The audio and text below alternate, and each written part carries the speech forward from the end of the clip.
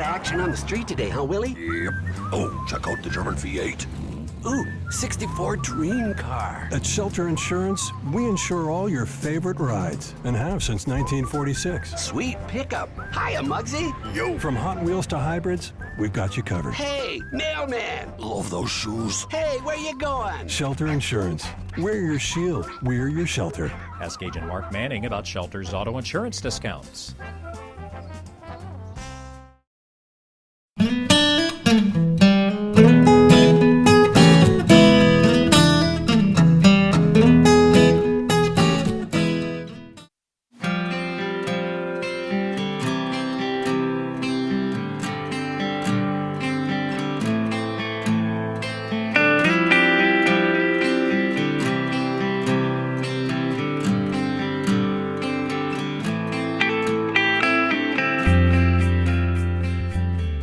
Mr. Ted Hall from White River Area Agency on Aging and all across northeast, north central Arkansas, filming in Batesville today. You may have a little echo because we're in an empty warehouse right here, just loads and loads of tables. Right. Mr. Ted Hall, good to see you, sir. Good to see you. We're at Independence County Fairgrounds, and we're doing Christmas Brings Hope.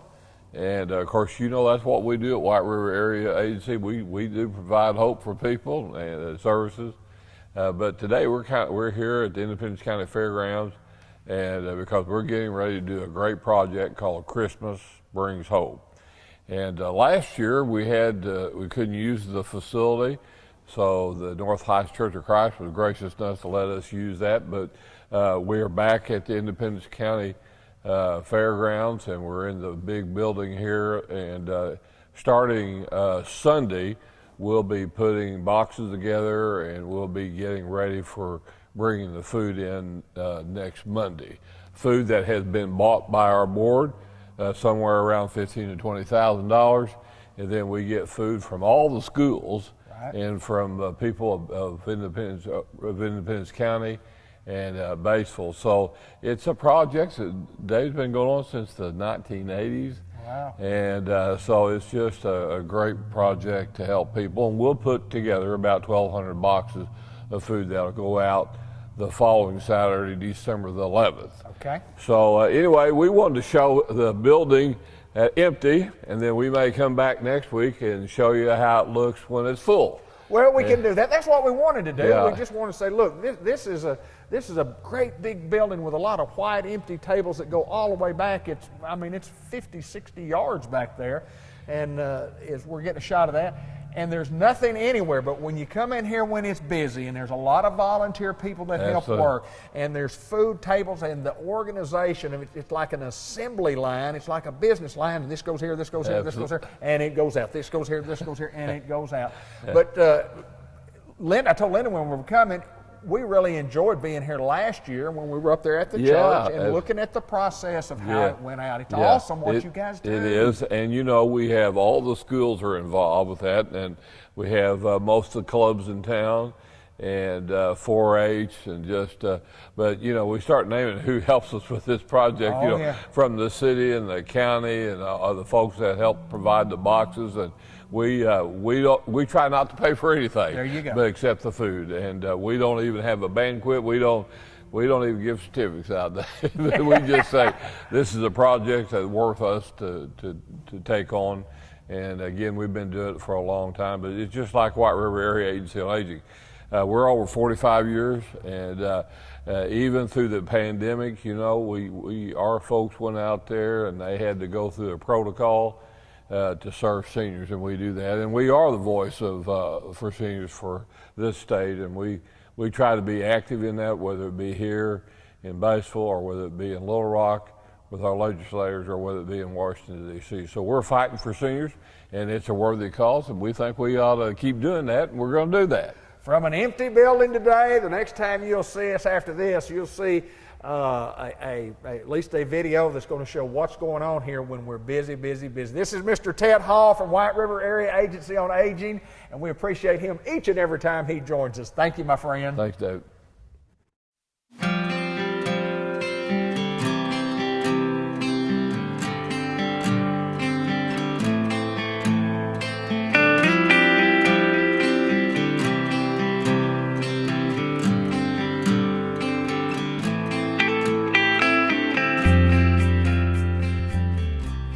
visited with Mr. Ted Hall, and a week ago we came into a building that was literally it was empty, other than some tables, and we just showed a box full of food. And Mr. Ted Hall, Christmas Brings Hope, with 1,200 boxes in this building right here. That's right. That's right. Tell me about it. Well, of course, it takes. We've been doing this since the 1980s, and so different locations and that kind of thing.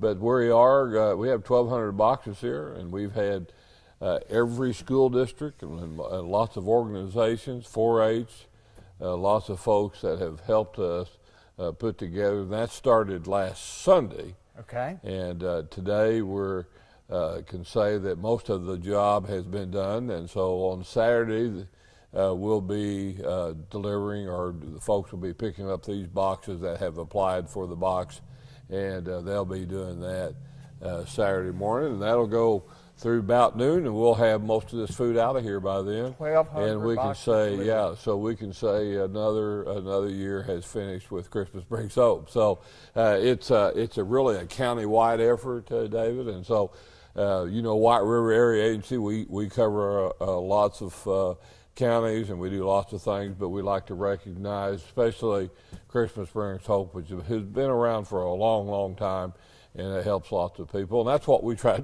do at White River Area Agency on Aging. And one of the things that we try to do is take care of the person's needs, whether it be, food, or whether it be giving baths or cleaning their homes or those kind of things. So that's what we're all about. Of course, we have Eagle Mountain Assisted Living. Yes. We have HUD housing. We have 188 HUD housing that's scattered out through our 10 awesome. counties. So, we do lots of things with senior centers. I mean, that is a big deal, especially in Newport. Absolutely. And Dave, I don't know if we've talked about that, but we probably doubled the number of people that have come into the center in Newport since we've added to the old elementary school there. Right, And absolutely, did a remodel. Yeah, nice of that. facility. Yeah, did a remodel there. And so it's part of what we do. And David, we talk about this all the time, but we are the voice for seniors, and whether we be in our counties that we serve, or whether it be in Little Rock, or whether it's in D.C., we're trying to push the idea that seniors are important, and we want to make sure they stay important. And so that's one of the reasons White River's been around over 45 years, and hopefully we'll just keep on going. And so it's a privilege to be a part of it. Well, I know that you talk about that from your heart, and you always have, and you and I talk off camera a lot about how important it is to take care of seniors. Lots of times there's just nobody else out there to help those folks, and your organization, it all starts at the top. It all starts at the top, and I mean, from an executive board to the executive director down to everybody that's in that organization, and y'all do a marvelous job, and again, be associated with Christmas Brings Hope. And I'm so excited about what you guys do, and I've always enjoyed it. And I enjoy coming here to look at, just 1,200 boxes of food. Canned food and sugar and peanut butter and soups and beans and corn mix. It's pinto beans, and it's just amazing what's in these boxes. Yeah. You guys do a marvelous job. Yeah, and we'll get to add a chicken and some lunch meat also to that, and so and bread. So it makes it a really complete box. So. Mr. Ted Hall, good to see you, my friend, as always. Thanks for coming. The Executive Director of White River Area Agency on Aging. We thank you, my friend.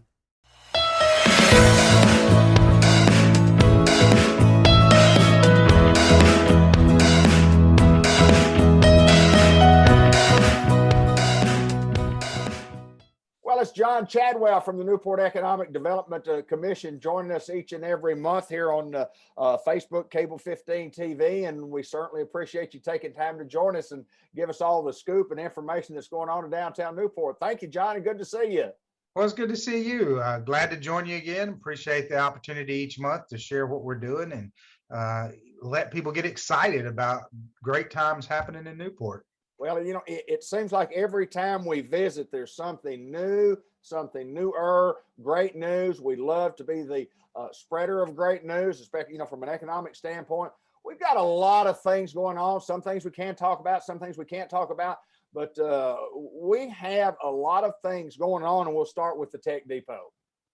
Well, Tech Depot, that's been a project. It's been going on a little over a year and a half now, and we got a grant to build a new facility to it. And I know people say things like, well, when's construction going to start? Well, first, it's a process. And then second, you're dealing with a federal agency. So there are a lot of hoops to jump through. Right. But we let out the bids, open the bids.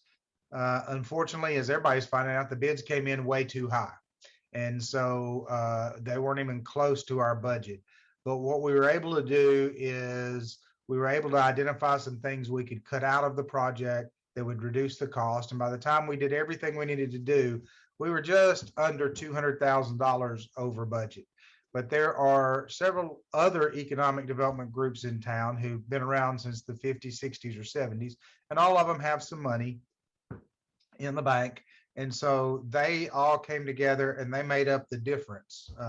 The Newport Jackson County Industrial Development Bond Board put in $100,000. The Jackson County Industrial Development Corporation put in $50,000, and the Newport Industrial Development Association made up the rest. It was $45,000 and something dollars. So they just a little over $195,000 that those three groups put into the project to make up the difference that we were short, and we were really appreciative. But it's just another way that it shows that Newport knows how to work together. We know how to work together to make things happen. So now all the paperwork's done. The city council will vote next Monday on a resolution authorizing the mayor to award the bid. And then all that'll be sent to the Economic Development Administration. They'll approve that, send it back. We'll have a pre-construction conference, and then we'll sign all the paperwork, and hopefully early this next year, construction will start. And people will begin to see this new building going up in downtown. It's going to really play a big difference in our future and in training for, and I know everybody hears Tech Depot and they say, oh, you're not worried about manufacturing. Well, so much of modern manufacturing involves technology. You've got programmable logic controls, computer numeric controls. There's just all kinds of, well, computers run most everything now. Absolutely. And so you've got to have a basic sense of how to do some of that stuff to even get a decent manufacturing job many times. In fact, I asked one of our manufacturers who's transitioned, they only take applications online. They won't take an application anywhere else. And I said, that cuts some people out. And they said, well, we found out we've got to have people who know a little bit about computers. And if they can't figure out how to fill out the application online, then they're probably not going to be able to do some of the stuff we need them to do in the plant. And so we will be offering some pre-apprenticeship, pre-training programs for people who have zero computer knowledge or skills, where they can come in, and we're looking for grant programs where that'd be free. You can come in for free, build up your computer skills, and then you might be ready to enter some of these jobs that take technology. So this technology piece is going to cut across a lot of sections. It's going to be for true tech companies that we're going to be recruiting in our area. And then it's also going to be for manufacturing companies who need those pieces as well. So we're really, really excited about that and about our partnership with ASU Newport and our partnership with the Arkansas Center for Data Sciences. So that's going to be a big part of 2022 as we watch that develop.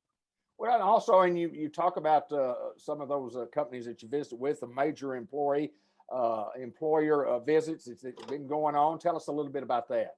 So one thing we want to do with our major employers is sit down and talk to them and visit with them about what their needs are, because those change from time to time. What might be an issue that they're working through. We want to recruit new businesses, but it's just as important to keep your existing businesses. And so we want to make sure they have an environment where they can grow. We want to make sure they're able to operate as smoothly and efficiently. And then if there's something they tell us that we can do that will help, then we want to plug ourselves in and we want to do it. And so we sit down with our major employers and just ask about their relationship with us, their relationship with the chamber, the city, the county. What are the good things that happen? Are there any things they're frustrated with? Are there groups that they want to have a relationship with? Maybe they don't in the area. Then if they do, we try to facilitate a meeting and bring those together and just talk about some of their needs and their goals and their ideals. and it provides us a basis for finalizing creating this strategic work that we do. A lot of people think a strategic plan is something you can do once every 5 years and it's good, but we don't. We redo our strategic plan every single year, and we redo it based on what we hear from the employers, from the community, big business, small business. People fill in and tell us what's needed in the community. We also do, and we'll be doing early this next year, a survey with people who work here but don't live here. Okay. And we ask them a lot of questions about what would it take for you to move to Newport? What things do we need to be working on that make Newport the kind of place you want to live? Because right now we got 3,000 people a day who come in here to work and then go home to another county. We need those folks living here. We need them living here. We need them in our school district. We need them going to our churches. We need them, just participating in our civic life. And plus, we need to keep those paychecks here and not have them take them to an adjacent county and spend them all. That would be huge economic development. So we do this about every 2 years. We send this out and we track it and watch the changes into what they say are the issues from their perspective that would keep them from moving here. And then we try to fix those. That also helps determine our strategic plan. So we take a whole lot of input, and people may not see the input because that may be just one small piece. So if I come out and interview, say, LaDonna Johnston at the hospital and sit down and say, okay, you're a major employer, share with me some of your issues. What do we need to work on? A lot of people that work at the hospital may not know that the hospital's given input into the strategic plan, but they are given a lot of input into strategic. So as we go through these visits, it's an effort to make sure that we cover the bases for those folks who provide jobs in the area. And as we help the business, that trickles down and helps the employees as well. Well, another thing we're doing, we're working on the planning for the downtown entertainment series, and a lot of things going on down there, especially with talking about the Jane Parnell building and a couple of things there we kind of intertwined together. Tell us big things happening there.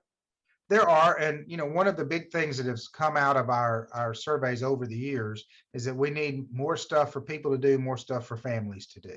And so that was kind of the idea behind the creation of the Downtown Entertainment Series, was let's create things for people to do, let's create things for families to do. And we've developed the space downtown, but really the series is for the entire community. It's a great series. Last year we had 37 different events over the course of about a 8-9 month period. We're actually going to expand it a little bit. It's going to run from April.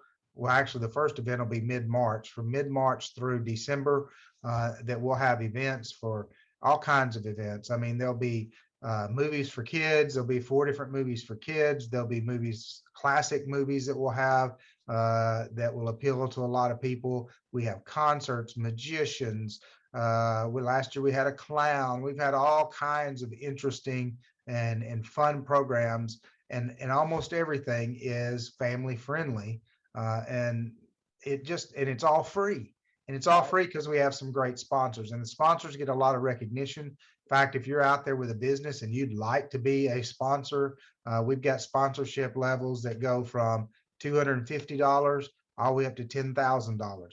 And people go, $10,000? Yes, we have 6 sponsors that do $10,000 or more to make the series go. And we couldn't do it without the sponsors. That's what allows us to have it free. And then we have the Jane Parnell Performing Arts Hall, which is, a lot of people remember it as Hutchins Furniture Store downtown. We got a grant from Cindy Ward to buy that building.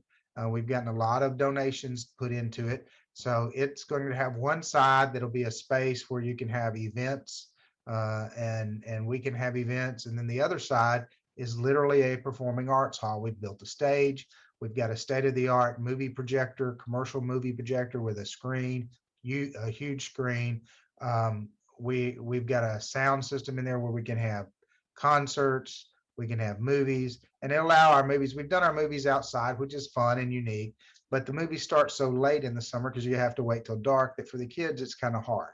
So we can do our movies inside, start them at 7, then it's 8:30, 9 o'clock when they're done. And that's a better time for families to participate.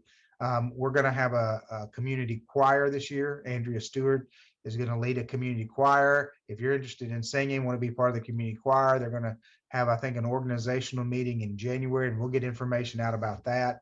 And so this is done by Drive, the Downtown Revitalization Group, but we assist with it because over and over and over again, part of economic development, they say, is having things for families to do, having things for people to do. And so we're excited, and we're building the schedule right now. So if you have any input of a specific band, artist, somebody you'd like to see come, send them to us. Now, we may contact them and we may not be able to fit them in our budget. We've had that from time to time. There's people I'd love to have that we just can't afford to have them. But we have done a lot. One of our biggest events last year was Memphis Championship Wrestling. Yeah. We had a ton of people come downtown for that. They're already booked again for next year, so we'll have wrestling downtown next year again. So it's just going to be a lot of fun stuff, and there'll be information coming out. We'll have posters that you can put on your refrigerator early, probably around the mid-March, 1st of April timeframe. We'll have those posters with all of the events on them. So you can put it on there. You can know when the events are coming, or you can go to the Monster Nights Newport Facebook page, and all of the events will be listed there. So it's really, we really try to make the information accessible. We want everybody to know it. Plus, we have a text service in-house.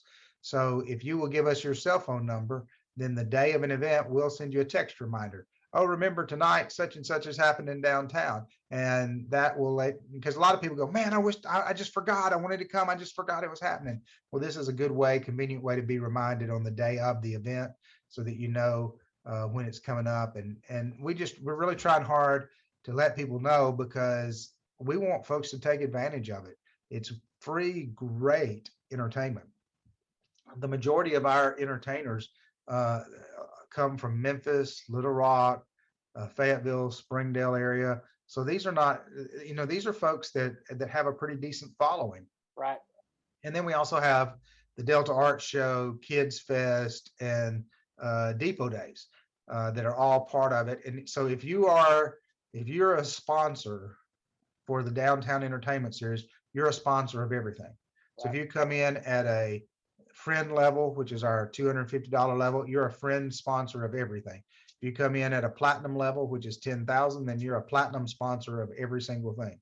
And there's signage that stays up all year with your name on it. And there's just a lot of opportunities to get involved. So if your business wants to sponsor, we're also starting to renew sponsorships, figure out how much money we have as we book all of these things. And so we're pretty excited. John, I'm excited when I sit down and visit with you and I look at what we're doing and you talk about what we're doing. It is amazing what we do as a community, and you have to have a base of the Newport Economic Development Commission along with lots of other organizations, the city and the county and everybody that helps pitch in. The folks in Newport, Arkansas are going to make it work, but I appreciate what you guys do down there, you guys and girls at the Chamber and at NEDC, because it would not happen without your services down there. Thank you, my friend. As always, I appreciate you. Well, thank you. We enjoy doing it, and so that makes a huge difference. John Chadwell, Newport Economic Development Commission in downtown Newport. Thank you, sir. We'll see you next time. Thank you.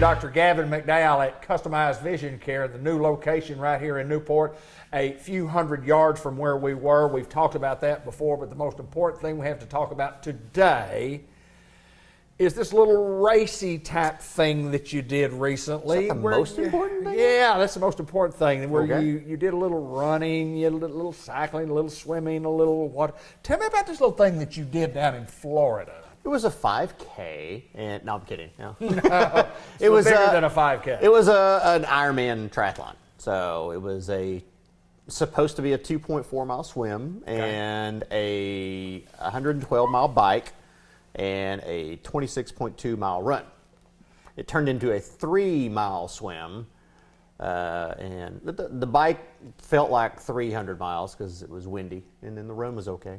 Kind of cool. It was nice to have it cool, though. And you talk about this like, oh, we just went down to have a little jog. You know, yeah, no. Talk about the preparation going in, because I know you had to prepare a long time. Tell us what you did to prepare for this. It was 6 months of training, and it was nearly every day, and it was multiple hours some days, sometimes multiple workouts per day. But I think we were talking before we started this. I calculated it up. I think we swam in preparation for this. We swam.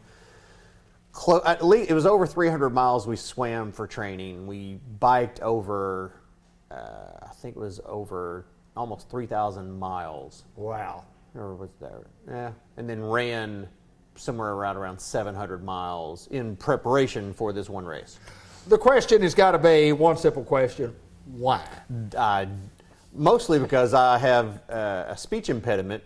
Whenever I get to, if I have a beer or two with my buddies, I can't say no when they start talking about signing up for these races.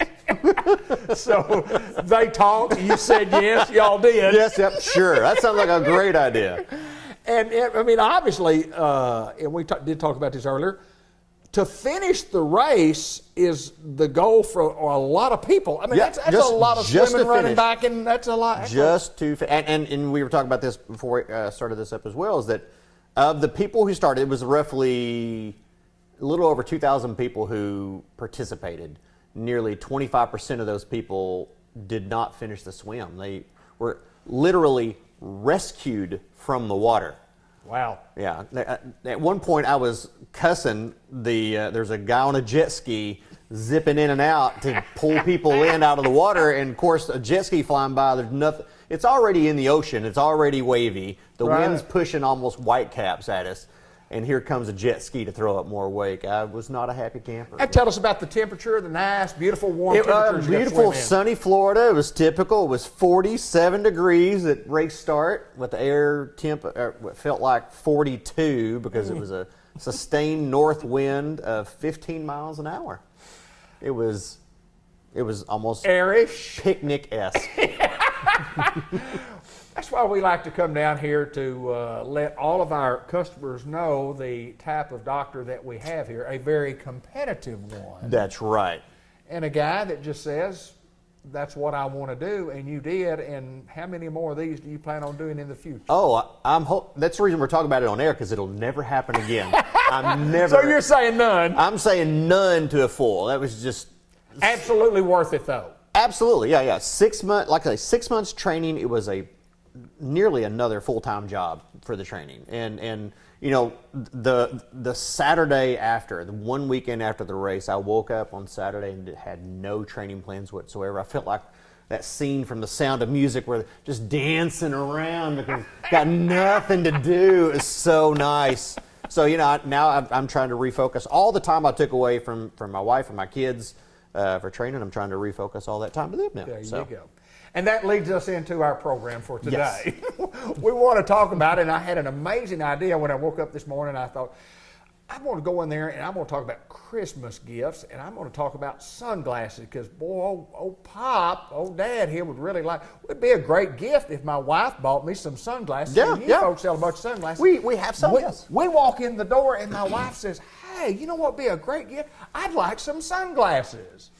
So it's for men and women. And tell us about our wide array of sunglasses that we have. Well, we have a wide array of sunglasses is what we do. Yes, we do. But yeah, I mean, sunglasses are a great option as a gift any time of year. But, and we've talked about this in winter programs in the past, that just because it gets cold outside does not mean the sun went away. It's still bright. It still affects our eyes. And you need that type of sun protection even through the winter, and even if it's snowy, even if it's cloudy. And yeah, sunglasses is a great option as a gift because everybody needs a pair of sunglasses. Everybody buys a good pair of sunglasses and they're going to keep them, and they're going, boy, these are the best ones I've ever bought, and I've really invested some money in them, and then all of a sudden you can't find them. Yeah. And on the flip side of that coin, and it kind of steers straight into something I was thinking about too, is that I used to be the type of person who, I'm just going to get some cheap sunglasses. And Right. don't get me wrong, if they protect your eyes, it's not about what you spend on them. It's about how well they protect your eyes. But I would get cheap sunglasses and lose them left and right. And I was spending nearly as much in a year's time of getting all these different sunglasses and I finally got one pair of my first pair of decent sunglasses. I thought were decent, some Ray-Bans back in the day. But I held on to those for years. Absolutely, because they good ones, and you know, it's a lot like jewelry too. You know, Sure. it's a style choice. It kind of puts out there, hey, this is what I'm about, and I think this looks good on me or whatnot.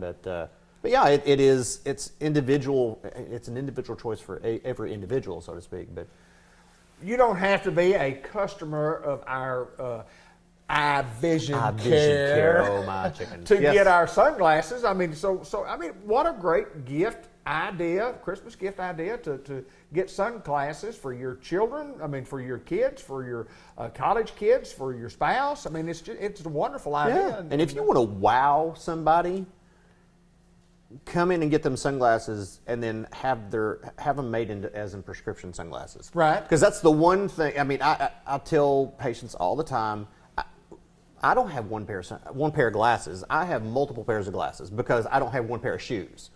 I have different reasons to have different shoes. Sure. So I have different reasons to have different pairs of glasses. But the one thing that I try to push this home to patients is that with sunglasses, prescription sunglasses is a game changer. I mean, because you have people who wear transitions, and that might work out well for everybody, but a pair of prescription sunglasses is kind of a high-end feeling. When you put those on, not only are they a must-have. Well, a must-have. But must-have. But I mean, think about the difference between what most people's everyday wear glasses and everybody's sunglasses. The style is completely different. Right. Because you're using them in different settings. Sure. So, yeah, having a pair of prescription sunglasses is a big thing. So if you're looking for a unique gift, prescription sunglasses are a great way to do that, because it says, not only do I want you to look cool, but I want you to feel coolness. cool. Hey, coolness. Yeah. I don't care if you're a man, a woman, a child, or whatever. Yeah. You got to get the ones that you feel like you look cool in. Exactly. Other people might not think you look too cool in them, but you got to feel cool. That's right. Not just look That's cool. right. I feel cool, and we can do that right here. That's right. I mean, who would have thought that we would have come up with a great idea to say, hey, let's use this as a Christmas, just an idea for you to come see us at Customized Vision Care. That's right, yeah. And if you need to get your eyes worked on, we work on eyes too, don't we? Every now and then, yeah. It's kind of a side gig. It is. Dr. Gavin McDowell, and as always, my friend, I appreciate you taking time to join us. Customized Vision Care in Newport, our new location, beautiful building, just right across the street from where we used to be. Thank you, sir. Thank you.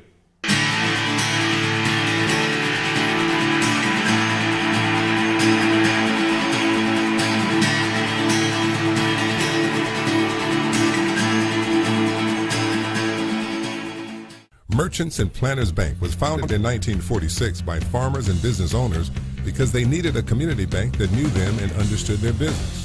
A lot has changed since then, but Merchants and Planners Bank is still employee-owned and operated, and we're still committed to knowing and understanding the needs of every customer we serve. Great rates, fast turnarounds, and experienced local bankers ready to work for you. That's why you should choose Merchants and Planners Bank. Stop in any of our 12 locations or contact us at mnpbank.com.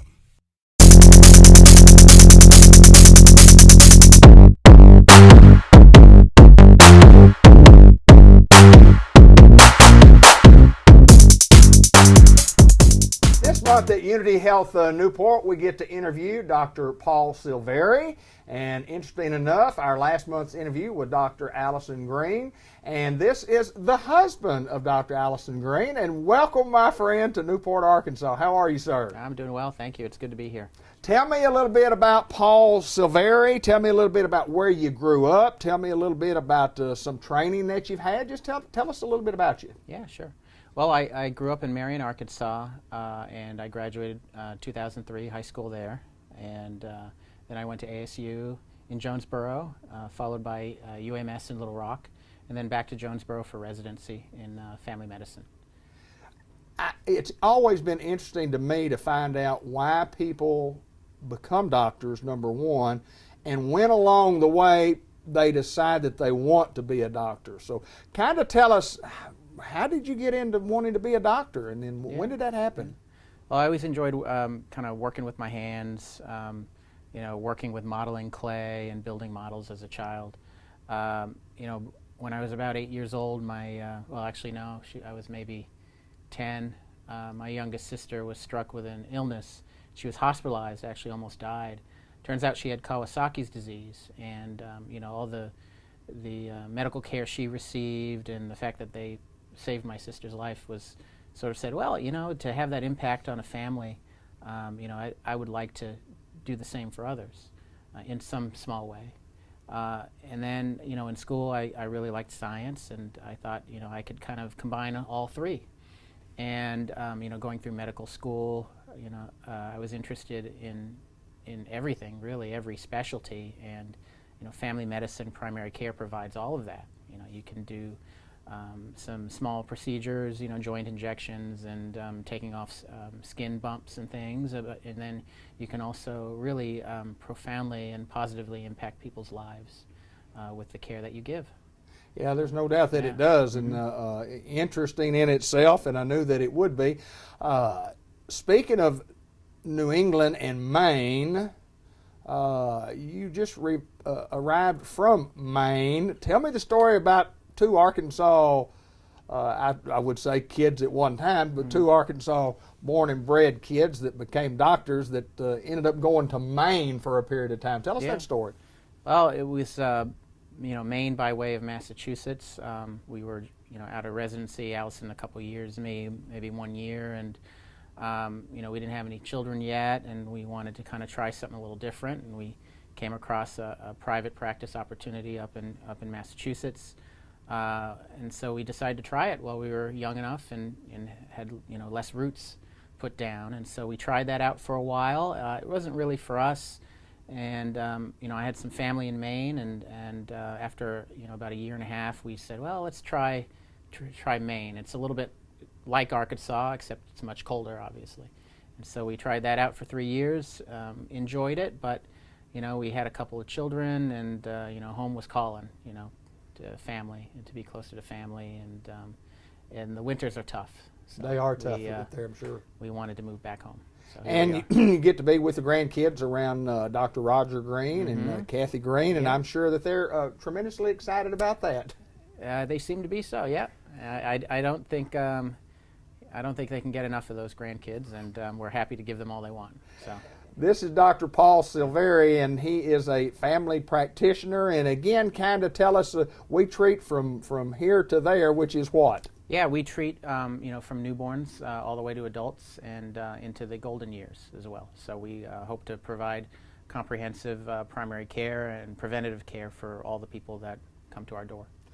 You can just come see Paul here at Unity Health Newport, or give him a call at 523-8911 to get the information on how to get in touch with him. And Doc, we certainly appreciate you bringing Allison back home and you getting close to your roots also. And Arkansas folks, it's hard to get away from that old great state, isn't it, my friend? Absolutely. The state's been great to us, and we love getting back here. And we hope to have a great career here and serve the public.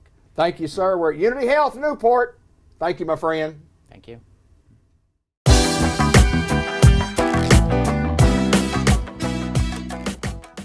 Welcome to the December edition of the Farmer Supply Association Agriculture Report. I'm Randy Klepechka, agronomist with Farmer Supply Association.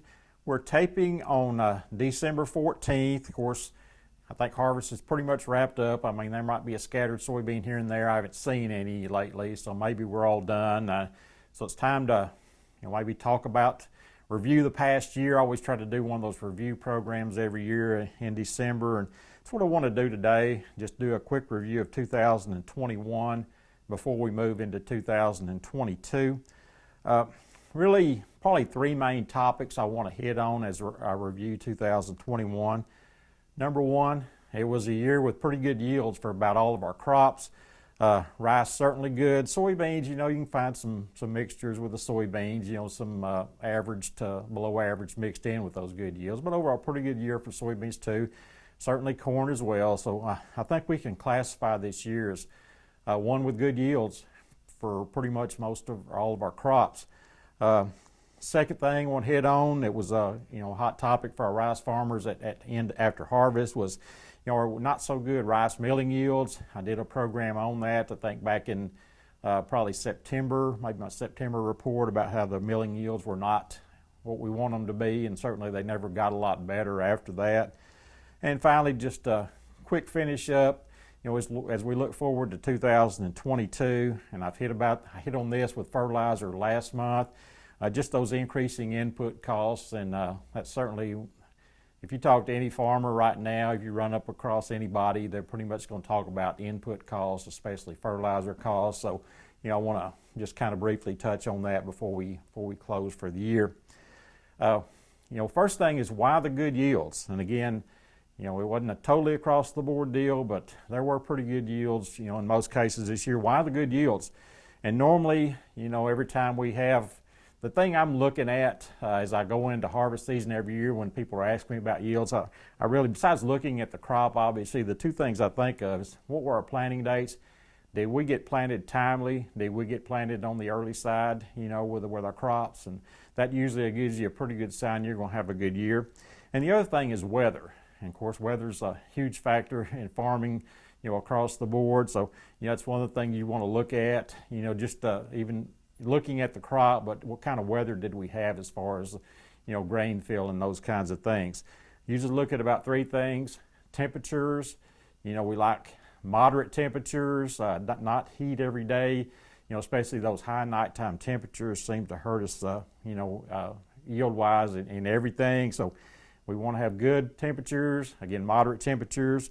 Rainfall, the rainfall deal can go both ways. Of course, it can help us, obviously, with moisture, especially where we don't have good irrigation, control with our crops. Where we've got, can make, we can have easy and good and timely irrigation. And a lot of times we may not want a lot of rainfall. We just want to keep on our irrigation schedule and go with that. But certainly rainfall can have a big effect, especially on those fields that we can irrigate very well. And the third thing I look at is sunshine. If we had a lot of clear skies, sunny days, to have the photosynthesis to fill out those grains and like that. So that's another thing I look at. So temperatures, rainfall, and also sunshine. And if you look at all those things, you don't necessarily see great yields coming. I mean, they might be okay, but looking at those three things before harvest, you would say, well, we may have decent yields, but we're not going to have as good yields as we ended up having for the most part. We did have, a couple of good spells related to that. In early August, we had a front go through, and it gave us some sunny skies, some very moderate temperatures.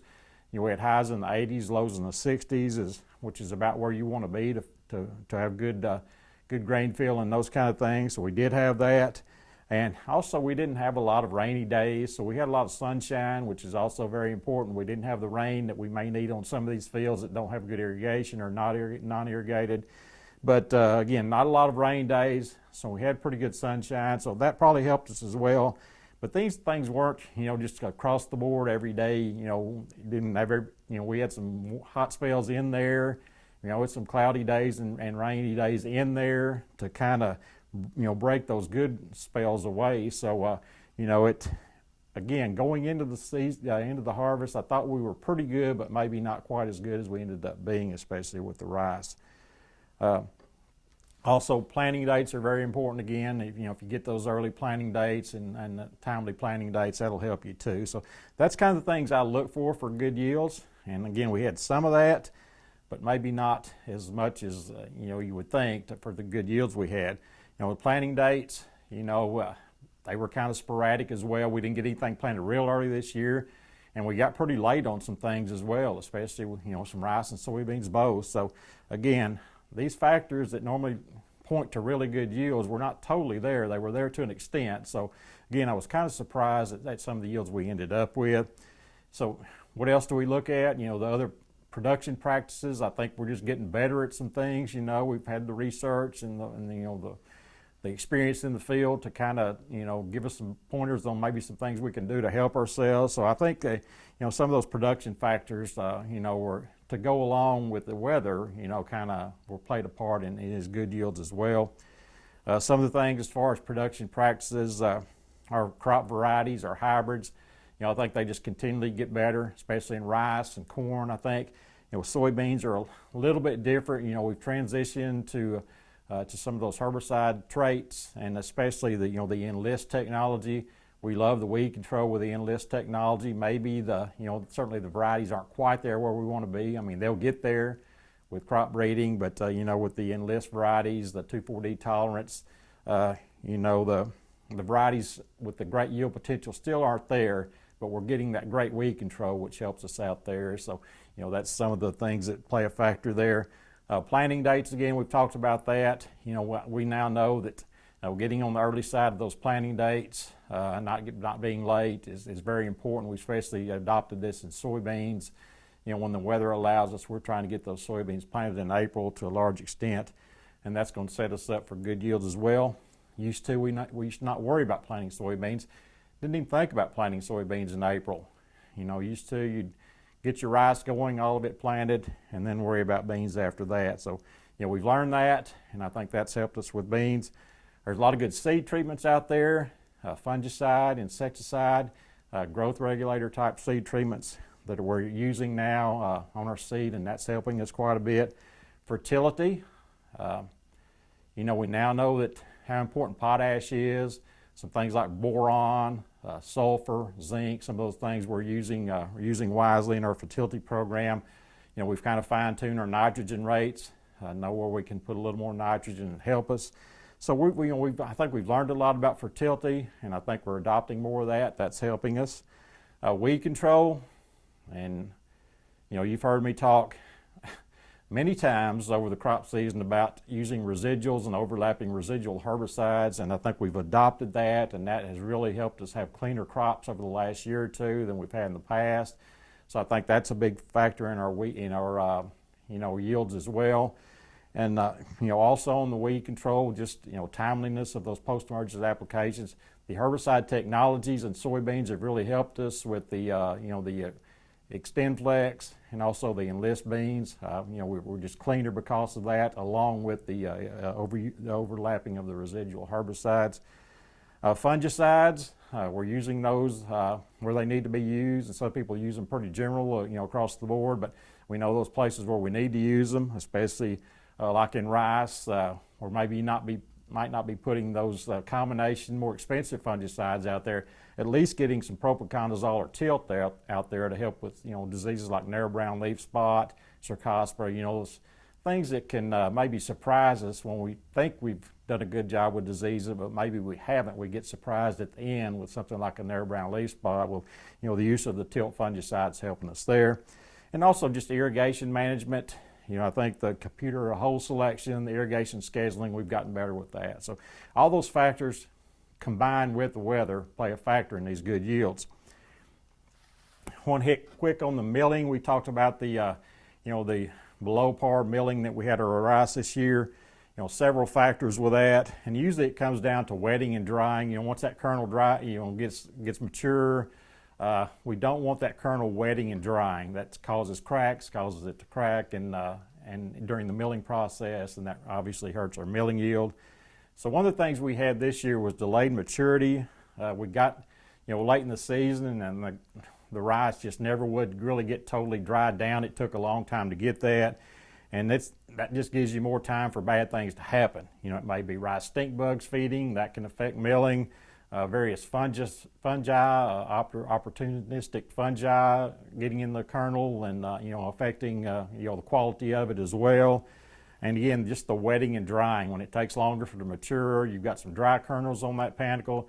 You've got some green kernels on that panicle. Those dry ones are wetting and drying and have the potential for cracking during milling. Those green ones, they kind of grind up during milling, so all that affects your milling yield in a negative way. So a lot of that went on this year. Most of it we have very little, if any, control over. It's just things that happen because of weather and various maturity factors as well. So that's the milling story, and hopefully we'll be better on that next year. Finally, finishing up with input costs. And, like I said, fertilizer is the main thing we've seen. A lot of the other materials, we have no idea what the costs are going to be next spring. And, usually it's a little later earlier, in the season next year as we approach planting is when we'll find out a lot of those costs. And, would expect for about everything to be higher, and we're going to have to deal with that. We'll have to manage that. We need to make probably if you're going to make cuts, I think they need to be selective like we talked about last time. Don't cut those things that are really going to hurt you if you cut them. So, after the first of the year in our early 2022 programs, we'll talk about that. Maybe some places where we don't want to cut, maybe some places you can cut and not feel it too bad. So that's it for 2021. I'd like to wish everyone out there, especially our Farmer Supply customers, a Merry Christmas and a good New Year, and we'll be here to work with you in 2022. This has been Randy Kopechka with your Farmer Supply Association Agri Report for December.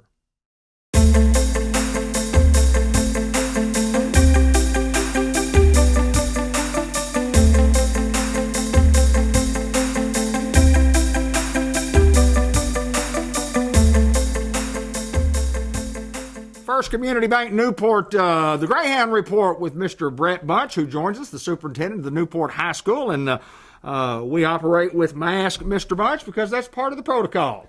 Yes, sir. We made a decision back in August when school was getting ready to start to use masks, to reevaluate after 30 days. That was we did that Tuesday night at our board meeting, and really what we had said is if our county is in red, which is there's too many cases, then we're going to continue the mask. If it's in green, then they become optional. And so the board, we had a long discussion Tuesday night, and the board voted to continue that same protocol. And so we're still in mask. And if you look at information that's sent out by the Legislative Research Board, then they actually sent it out to us, and I forwarded it on to our board members, and it shows that schools that have masks are seeing less cases and having less quarantines. And so we found out some stuff from some parents Tuesday night that's been taking place that really shouldn't.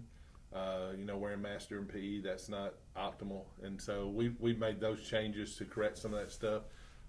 None of us are perfect. We just continue to try and do what we can to protect our kids. Well, the thing that we're doing is we're trying to get an education. That's what we're there for. We're there to get an education. And so the learning process has continued.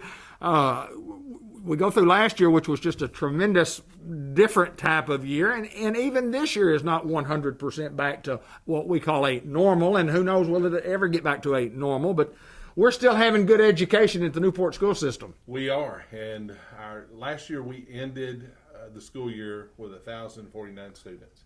We had lost a lot of students. This year, we're at 1,132. Wow. If you add our pre-K in, we're over 1,200. So it's really, we've seen that back in-person need. We realize that virtual is good for some things, but for an overall education, it's not. You've got to have that face-to-face interaction, and it's critical for our kids.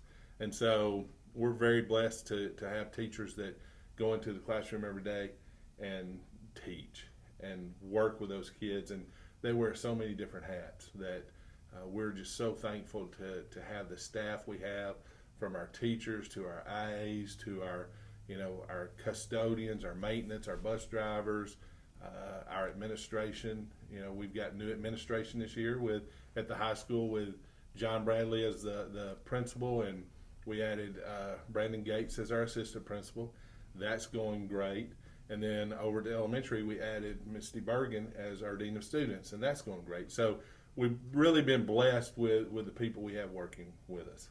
Yeah, and I'm really more familiar with high school, and you talk about, and you had Coach Benny Reynolds in as the dean of students up there. I mean, a pretty good administrative group. That from the strength factor, I think a very solid group, as good as we've ever had. Well, I was very happy that those gentlemen applied, that we were able to fill those positions with greyhounds, and to be able to put godly men in Right. those positions that have values and ethics and the morals that we're looking for, to transfer that into our kids, because we're more than just educators in a classroom. We're more than just giving them that inside information and teaching that foundational knowledge, because our teachers and our administrators wear so many different hats, from pastor, of course Brandon is one, but from pastor to counselor to sometimes even stepping in the role as a parent. Sure, absolutely. And so we're just blessed to have that and having a good year. We've had some bouts of COVID, and we've had to quarantine some, had to cancel some ball games. But the reality of it is that when you look at the education that's taking place, last year we put an academic compliance counselor in place, and it's been in place for through the last semester and the first start of this semester. So 5 weeks in, we have 254 kids that are involved in athletics and extracurriculars. Right. And we are tracking all of those, and that's 7th grade through 12th. And out of those 254 kids, we have 71 of those that have a 4.0. Wow. Awesome. And taking on all of everything else, and over 120 that have a 3.0 to a 3.99. So the overall GPA of those 254 kids is right at a 3.53. Wow. Which is great, because we said this year that going forward, period, we're looking at academic accountability. Right. And we want our kids to be prepared to go out into the community and across our state and across our nation and around the world and be able to compete with anybody. I've said this, and I told a lot of people, around the state of Arkansas, or anybody would ever ask me when we're talking schools, and I'm talking about our school, my school, your school, our school, Newport High School, that it's a great place to get an education. And when I talk about our kids, and Mr. Bunch, of all the kids, and I talk to lots of kids, if it's nothing else, just saying, hey, how's it going today? Good to see you. Boy, I really appreciate you.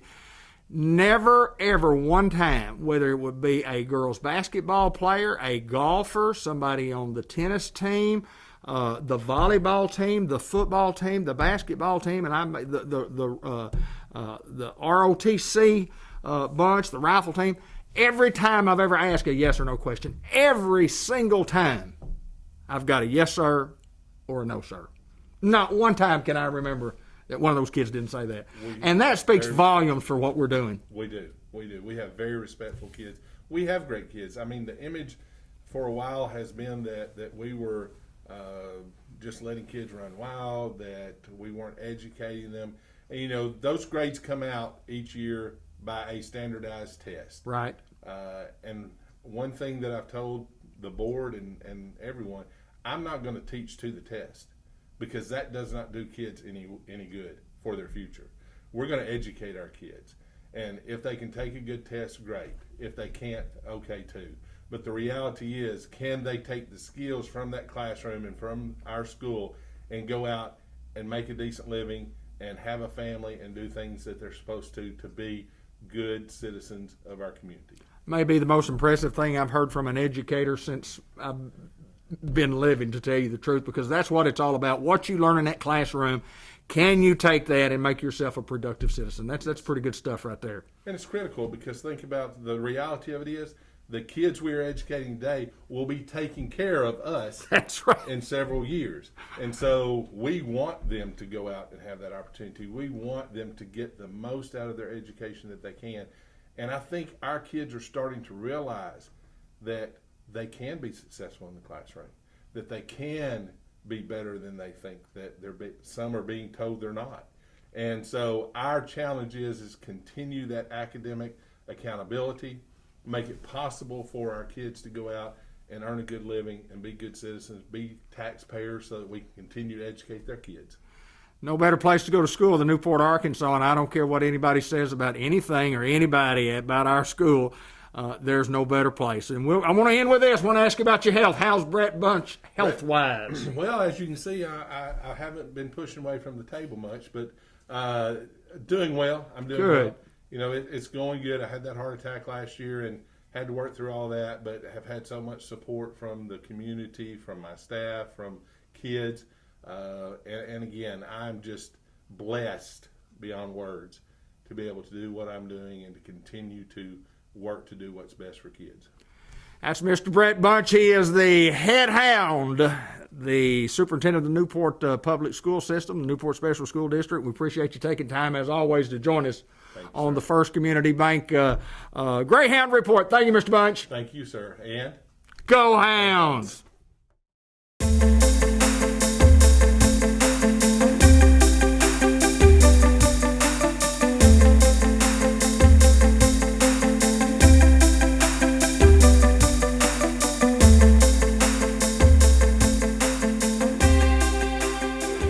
Gates from St. Michael's Place in Newport joins us to talk about all the great things going on at St. Michael's Place, and we'll kind of introduce you. Everybody in Newport, Arkansas, Jackson County knows you, but tell us a little bit about Felicia Gates and tell us a little bit about your family before we get going. Okay, well, my family and I live out at Elgin. We have for like 4 years now. I am married. We have 4 kids. We have all of the animals, and our roots are deep. Deep here in Yes. Jackson County for sure, no doubt about that. And let's get into talk about St. Michael's Place. And of course, we're a long-term or short care facility. Yes. Tell us about what your job title is, and tell us a little bit about the job description and a day-to-day. What do you do here? Sure. So I am the business office manager. Okay. So any money that comes into the facility, whether it be for trusts for the residents or their payments for their stay here, their families all bring that to me. I'm in control of their trust accounts. So all the money, that's all me. All You're the the insurance, money lady. that's all me. Yep. And so I deal with all of that. And so admissions, all the payer source issues, that's all me. I take care of all of that for our admissions. Tell me a little bit about being here and then not being here and then being here. So I a few years ago I worked here as the business office manager. Unforeseen circumstances, I left and I got the opportunity to come back. Thank you, April. And and we've always talked about how St. Michael's Place feels like home, and it does. It really does. And we love the people, we love the house, we love everything about it. There's something about these walls. It just feels like home. So I'm glad to be back, and I plan on my goal is to become the administrator here and just take over from where April leaves off. So well, and to do that, and you talk about that, and you've got some training, AIT training, and Yes. talk a little bit about what that is and what all that entails and what it takes to become an administrator. So there's a certain set of requirements, of course, that you have to meet before you can get into AIT, into the program. And once I'm in, which I've finally met all those, I will start at the beginning of next year. Okay. And there's some meetings in Little Rock once or twice a month that I'll have to go to, and then in between times I'll be here, and it's more on the job training. It's actually like better. I like Right, that. I'll sure. get to be in the job. I have to work in dietary to learn dietary. I'll have to be in laundry to learn laundry, and I have to know what these people do so that I can direct accordingly. And Awesome responsibility. I mean, it's an awesome huge. responsibility. Number one, to have the heart to work in a facility. Yes. That takes care of people that are just struggling and Yes. hardly can take care of themselves, and then that's on the long-term care. But it takes special people to work here, and y'all got a special group. Yes. Talk about the group as a whole. So we have a really great group. So our CNAs, of course, are I think the backbone, and then everybody, the housekeeping, laundry, nurses are amazing. And then our department heads, we have a great group of department heads. So like our medical records, and Corey is our DON, and she just took on that role not that long ago, and she is amazing at it. And we have a great HR manager, and we just hired a new social worker. I think you talked to her. So she's amazing. And we're in a really good spot, and I like it. For a long time, and we've done these interviews for quite a while. We've always talked about the team and to assemble a good team and to have a good team. Yes. And it all starts at the very top. And April has just been absolutely awesome. And then she has to assemble what she thinks is her best group. And Yes. and you've been assembled Yes. with this group. And so y'all have a great group here. Yep. we And do. lots of kind of talk about what's the difference between short-term care and long-term care. Kind of explain that to me. So short term is just, you go to the hospital and maybe you lose some muscle mass, or you fall at home and you need some more rehab than what the hospital. The hospital will give you some inpatient rehab, but then maybe you need more past the hospital. So that's what we're here for. So you come here and you stay for a short while, and we get you back to the way you were, so that you can return home without as much help and maybe be back to where you were before whatever happened. And then long-term care is obviously. Yeah, long-term care is you come live with us. Yes, that's correct. That's yes. Generally for the duration, but yes. I know I like to come in here. I know we had a tremendous upgrade in facilities not too long ago, several years ago, but it's just a good place to come. It's a happy place to come. It is. It's happy here. Place. The residents seem happy, and I know if the staff is happy, the residents are happy. That's right. That's right. You guys have got it going on for sure. Yes. I know that. And Felicia, we appreciate you taking time to join us. And just on a side note, I wasn't going to mention this, but we did this interview last week, and for some reason we had to do it again. And it wasn't any part of St. Michael's the reason we had to do it again. Sometimes we just don't turn on a microphone. And boy, I know this. We were doing a lot of and I couldn't get anything out of it. Maybe we can get that bad lip reading thing going. There you go. I appreciate you so much for doing it again with us. Absolutely. Felicia Gates, we're at St. Michael's Place. We're in Newport, Pecan Street for short-term or long-term care. Think about us.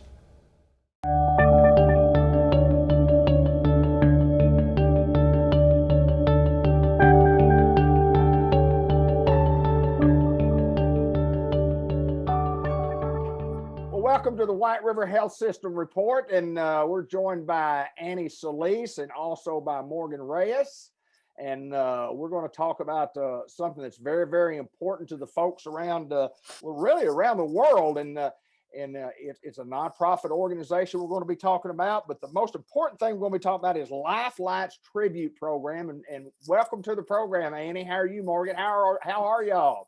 Thank you. We're good. How are you? Good. Morgan, you doing okay? I'm doing good. How are you? Good. Well, we got to find out about what this is and why it's important this time of year. And what is Life Lights? Okay. So as part of the WRHS Foundation, our mission is to raise funds to put back into White River Health System. So Life Lights is a way that we do that, but it's also a way to give to others. It's our annual holiday fundraising campaign. And like I said, it benefits patient care at our White River Health System facilities. And it's a way for people to honor or remember, to honor those we love or remember those we've lost. It's a good way to thank those who have inspired us or those who have endured tremendous hardships this year or last year. Basically, it's a unique gift that for anyone who means something to you in some way. And so how it works is you gift a monetary gift in someone's name, and that person will receive special recognition to show the gift you made. But it's kind of a twofold gift because the money that's used comes back into the organization to help patients. Okay, good deal. Good deal. Morgan, tell us a little bit about, how's it work? How do people give to Life Lights? You can give to Life Lights by going online.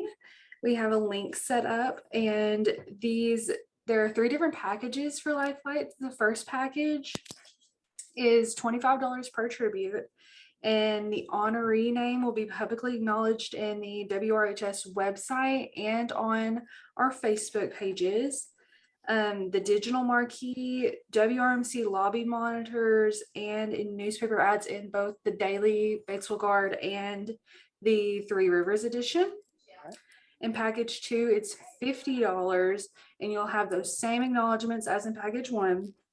But this one includes a commemorative ornament that'll be sent to the family or to yourself, whichever you choose. And the honoree name will be in a special tribute video that'll be posted on the Facebook page for the foundation. In package 3, that'll be $100 per tribute. You'll get the same recognitions as in package 1, which is the acknowledged in the website and on the social media pages. digital marquee, the WRMC lobby monitors, and in ads for the Batesville Guard and the Three Rivers edition. A commemorative ornament and a photo will be posted of your honoree on the special tribute video for the foundation Facebook page. That's awesome. That is awesome. And we'll post that link there at the top of our Facebook post. But yes, Annie, tell us. I mean, how do these gifts help others? What do they do? So there's, like I said, as a not-for-profit organization, the funds we receive go back into our organization to improve access to healthcare in our region. With this particular program, all the proceeds are going towards cancer detection and treatment at White River Health System. So it helps us improve access and technology in our facilities in order to help people get the care they need where they need it. We have a deadline on this program, the Life Lights program, which is December the 31st. But what if people want to give throughout the course of the year? Are we accepting donations for other things too? Of course, yes. So there's a number of different ways to give. Of course, you can visit whiteriverhealthsystem.com and there's a donate now button. You can call Morgan with Life Lights or any time of year if you just want to give in some way. Her number is, she's our foundation coordinator, by the way, but her number is 870-262-1834. And you can talk to her about the other ways to give. And then we have different things throughout the year. Sometimes we have like bake sales and different events, just different things throughout the year. If you follow our White River Health System Facebook page, Morgan updates that with all the current information. Well, no doubt that it's a great program, and I know that you girls are working hard at it. WRHS Foundation works hard for the White River Health System, and don't forget about trying to give before the 31st for the Life Lights program, the tribute program, and then throughout the course of the year at your discretion, we invite everybody to get involved with this program. And anything else, ladies, before we go? Just Merry Christmas and Happy New Year. Yeah, have a great year. We're wishing you a Merry Christmas. And Merry Christmas to everyone too. So from all of us right here and at White River Health Systems, we bid you farewell.